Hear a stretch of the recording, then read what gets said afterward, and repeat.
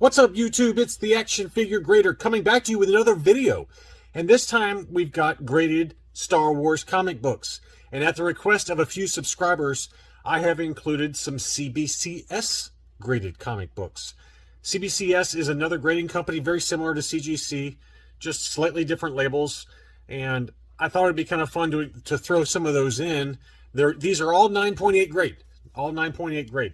So again, as I've mentioned countless times, probably to your chagrin, adjust your budget accordingly. If any of these are of interest to you, you can get a 9.6, a 9.4, ungraded, whatever works for your budget, whatever you like to collect. Just know that, there's other options out there. And I just keep it all 9.8s because I like to see how the prices change. And it's easier for me to keep track of in my stupid brain as to what is going on with the comic market. And in my opinion, the Star Wars comic book market is kind of at a weird state right now. The comic market in general has pulled back quite a bit from the highs that we experienced in 2021. Kind of in the April, May, June timeframe was kind of the peak of the comic book market. And then we saw another bump up right after the Book of Boba Fett came out. We had Black Chrysanthemum show up in the Book of Boba Fett. That drove a lot of Star Wars comics higher. And now that that show is over with, we're in this weird kind of purgatory where there's no new content yet. But next month is going to be the new Obi-Wan series. And between now and then, the market seems pretty flat, pretty quiet. But I wanted to point out a few books that I think make sense. Some of these don't make sense. I want to get that out of the way. But some of them do. Some of them are probably worth taking a look at because I think the key is to find those Star Wars comics that are in a lull, that nobody's talking about or thinking about, but still have good long-term prospects. So I'm going to start off with this one. This is Star Wars Tales number 23. This is a Dark Horse comic book from 2005. This is the first comic book appearance of Darth Revan and Darth Malak in cameo. We've talked about this one before, but this is kind of their first cameo appearance book. So it's a great cover. They're not on the cover, though, so the prices tend to be a little bit lower than maybe Knights of the Old Republic number 9, which is the first full appearance of Revan. Or I can't remember the number. It's like 31 or 32, which is the first full appearance in Origin, or the origin of Revan and the first full appearance of Malak. I think it's 31. I can't remember. I have it in my collection and I can't even remember. Anyway, this is Star Wars Tales 23, another one that's kind of in line with those of you who are interested in those two characters. This one sold for $449. So this is kind of the artistic style cover with Wedge Antilles, and then there's also a photo variant. And this is the same book, but this is the photo variant. These tend to not command as high of a price, but this one in particular was listed for $549, and it sold best offer accepted. I did look up that sales price, and this is, again, the photo variant cover, as you can see here. That sales price was $445 plus $15 shipping. So this one sold for $449. This one sold for $445. It's just whichever cover you want. They both sold for about the same price.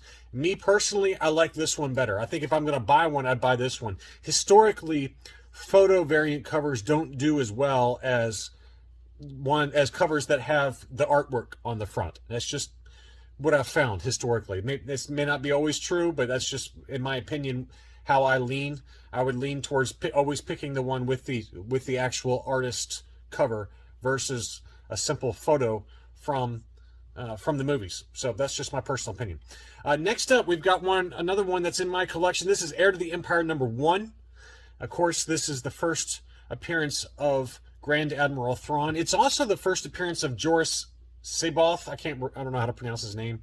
C'baoth. He's kind of a crazy Jedi who's kind of lost his mind. And there's a lot of rumors that the guy from Back to the Future, and the guy who played Doc in Back to the Future, I can't remember his name now, he is rumored to be playing Joruus C'baoth, and that they're going to be kind of spinning the Heir to the Empire kind of universe or storyline into the Mandoverse on Disney+. We'll see if it happens or not. I don't know. But anyway, so this book has had a little bit of heat since that announced casting for Mandalorian Season 3. But here is, again, Heir to the Empire. It's a beautiful book from 1995. It was listed for $1,500. It sold for $1,225. 1225 took that one home. There are about 200 of these on the census in the 9.8 grade. Beautiful cover, though. Very iconic cover. I love it. And then another one did sell on March 13th. This one sold for $15.26 at auction. Another one sold on a different comic website. I can't remember if it was Heritage or Hakes or what, but it sold for almost the exact same amount. It was like $15.03. So $1,500 seems to be about the going rate right now for Heir to the Empire. And so I timed the bottom pretty well when I picked up my copy. I picked up mine for about 20% less than where this book is now selling. So I'm hopeful that I was right on that, at least in the short-term bottom. I did want to point this one out. This is Heir to the Empire number 3. Not particularly like a key issue or anything, but it's got a great cover. And this one, the reason I pointed this one out is because this one has the yellow label. And this is the signature series that CGC does. You can only get the yellow label if the comic book is signed in the presence of a CGC representative. So this one was signed by Timothy Zahn, obviously the creator of Grand Admiral Thrawn and the writer of the Heir to the Empire series. So there's his signature on there. Very cool. And this was graded 9.8. Pretty awesome book. That one sold for $126. $126 and change plus $15 shipping. I thought that was a pretty good price for a nice autographed comic. And obviously, you know, on Heir to the Empire number 1, this price would have been, you know, $2,000. But this is a nice, you know, if you collect autographs, this is another nice option. Instead of getting autographed action figures, you can look at getting some of these comic books that have been autographed and authenticated and graded by CGC or CBCS. They both offer that service. Speaking of CBCS, here is a CBCS book. This was Star Wars number 10. This is a Dark Horse book from 1999. This book got a lot of heat during the Book of Boba Fett because a lot of people thought that this was going to be a key character. You know, this book was tied to the Book of Boba Fett, and when the flashbacks for Boba Fett with the Sand People were shown, the Tusken Raiders. This one sold for $360 at auction. Now this book got up to about $600, $600 for a CGC version. Typically, not always, but typically a CBCS book will sell for a little bit less than a CGC book. I don't know why, but that's just what the market dictates, that CBCS graded books are not quite as valuable as CGC graded comics. So, but anyway, this is the first appearance of Asharad Het, or he later becomes Darth Krayt. So a lot of people, again, were speculating that the Tusken Raiders that we saw in the Book of Boba Fett was kind of the lead-in to Darth Krayt, but it turned out to not be true. It turned out to not be true since they all died. So anyway, that one's still commanding a pretty good premium, though, $360. So pretty good price for that. Thrawn number 1, The Origin of Grand Admiral Thrawn. This book continues to hold its value pretty well. It's kind of bounced off the lows, the near-term lows. It kind of got down into that 150 to 175 range, but it's since bounced back up again.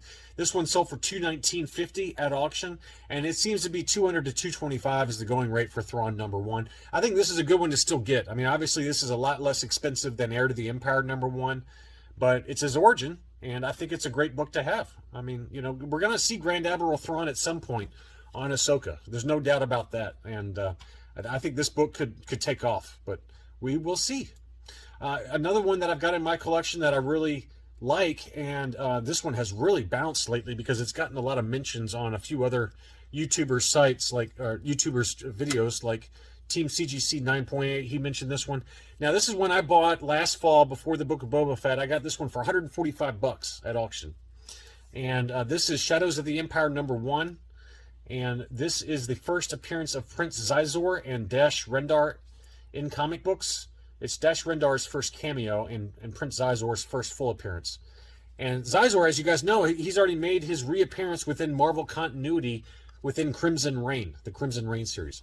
So this book has really shot up because a lot of people are speculating that we're going to see Xizor at some point on Disney+. He makes a great villain. It's a no-brainer to bring him back to within Star Wars canon. And I think that we will see him at some point in Disney Plus content. This one sold for $382. That was a CGC 9.8. And then here was a CBCS 9.8. So that one sold for $180 at auction. So that gives you a pretty wide range there. There were a couple of other CGC 9.8s of this, My buddy Chris picked one up in an auction for about $190. So this is an overpay, in my opinion. The 382, that's a little higher than where it's typically going. It's typically going 180 to about 250.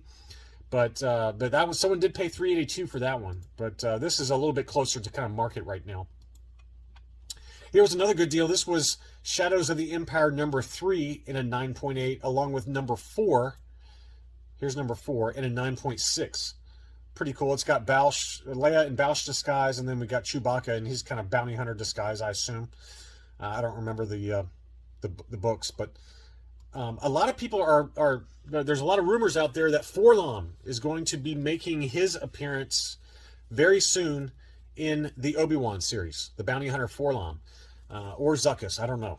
One of those is being rumored to show up, and they make their major appearances, their first comic appearances, within this Shadows of the Empire series. So all of the books tied to Zuckuss and Forlom are, and they're kind of intertwined anyway. I mean, we just had a comic series called Forlom and Zuckuss came out. So I think that if we do see them, we'll probably see them together, since they're kind of known to work together.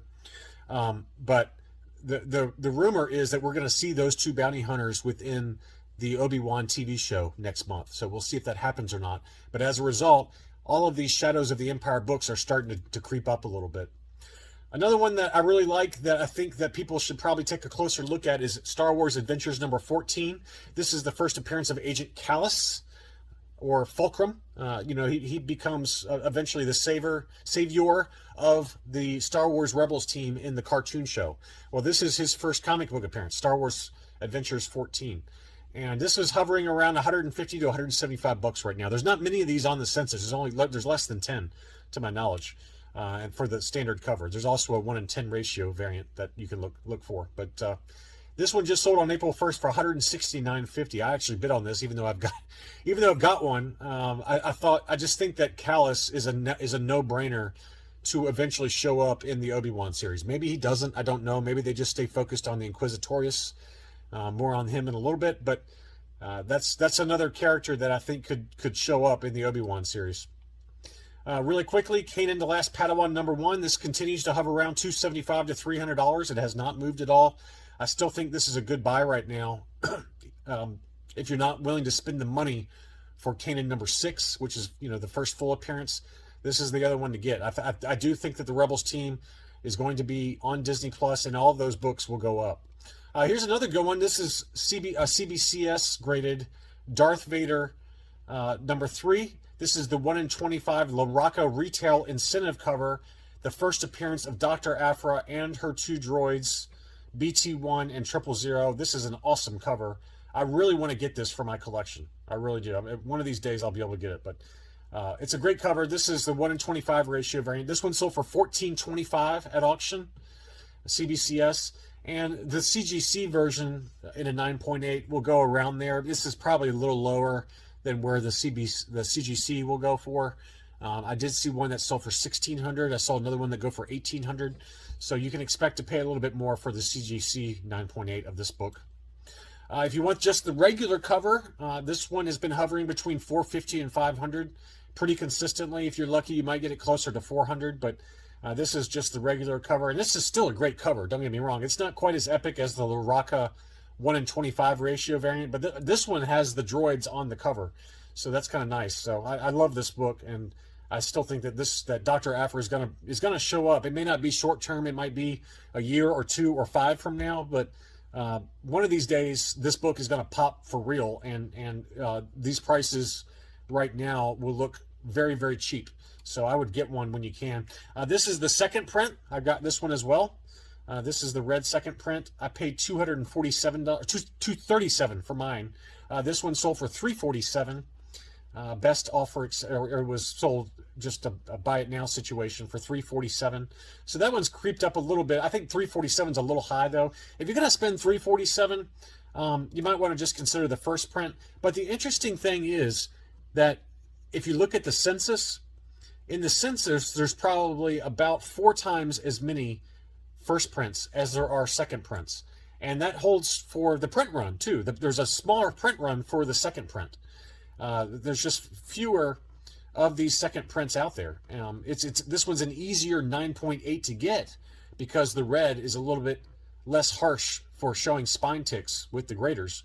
This is a very, very dark cover, so it shows a lot of the spine ticks. But in terms of actual print run, there's definitely always, in my opinion, going to be fewer 9.8s for the second print. And it is cheaper. You know, you can probably pick it up for $250 to $300 if you don't want to spend the money for a first print. Another one that is creeping up a little bit is High Republic #1, the 1:10 ratio variant.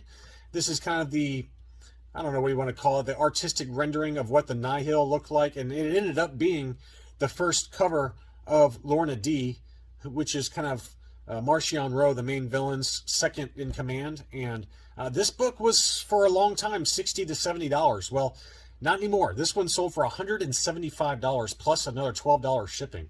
So this one has really jumped up. This one just sold on April 3rd, 30 bids. But man, this book was, for the longest time, I mean, 50, 60, 70 bucks. Well, it's really jumped up since then. So you gotta pick, pay a little bit more for this now. And I can understand why. This is why I bought it, because it's a 1:10 ratio variant. There's a lot fewer of these than the regular cover. And it just makes a lot of sense to pick up the more rare retail incentive cover versus the regular cover. Here's another book that I talked about when I did my unboxing. This is the 1:25 ratio variant of Jabba the Hutt #1. This is a pretty epic Diva Lompop cover, and I have one pre-ordered in a 9.8. We'll see if it actually shows up. I'm still waiting on it, and it's been a long time now. But this one is the Ebon Cello cover, and she looks really awesome on that cover. This one has just skyrocketed in price. It was in the ballpark of about $180, and now it's going for $325 plus another $15 shipping.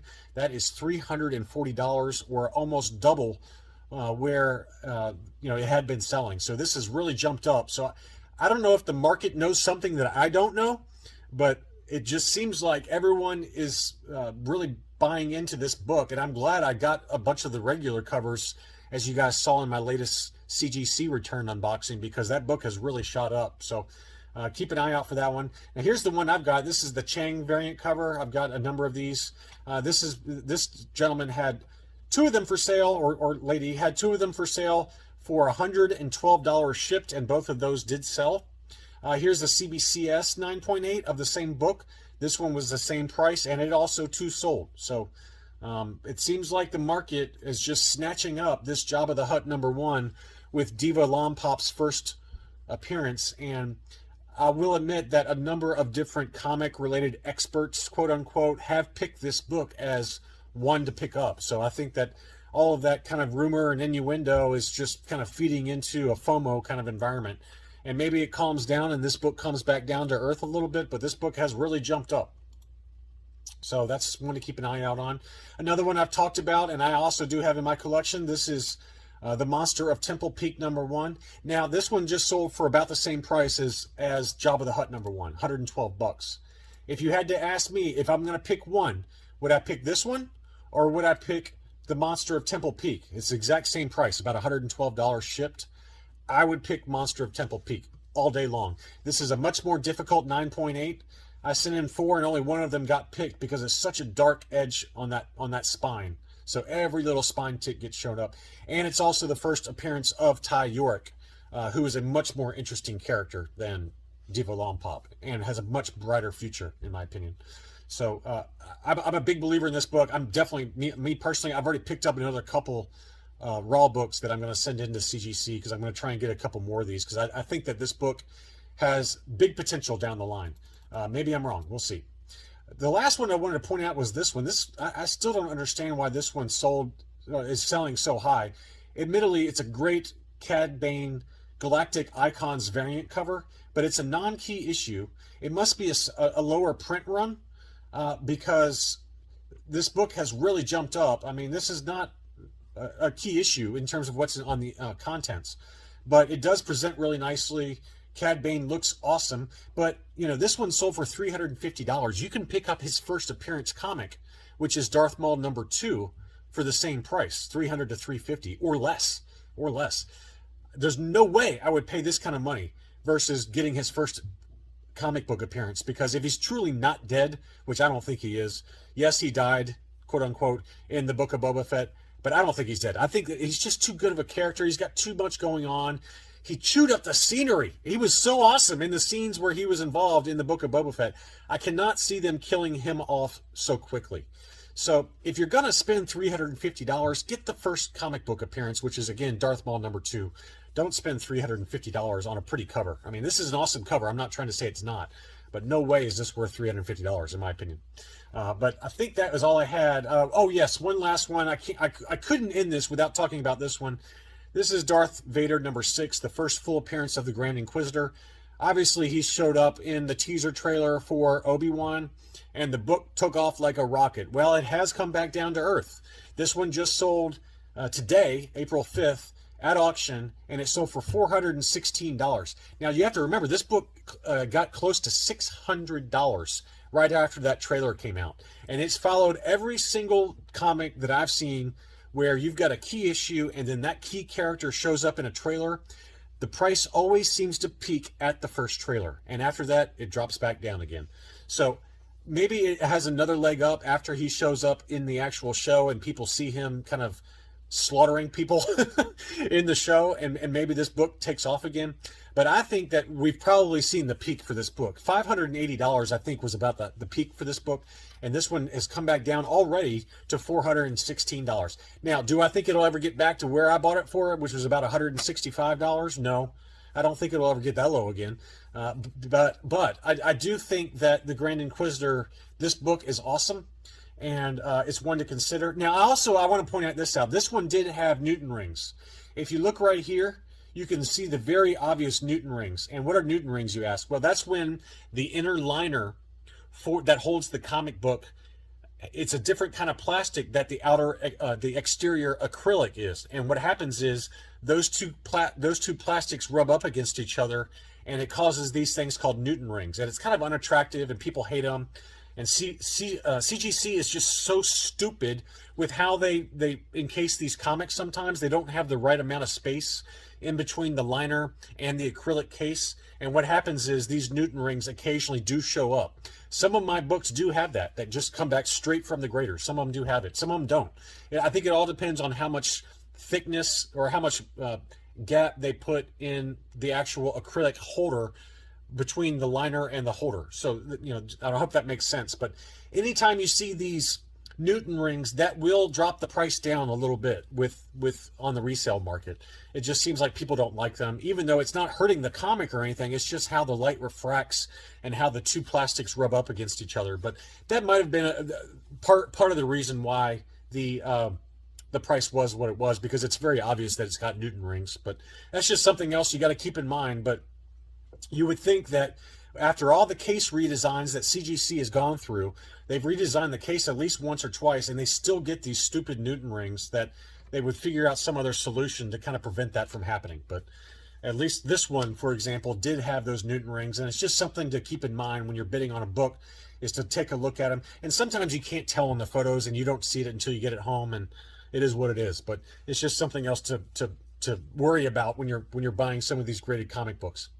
Anyway, I hope you enjoyed this kind of snapshot as to what's going on with CGC graded and CBCS graded Star Wars comics. Thanks again for watching, and I'll be back soon.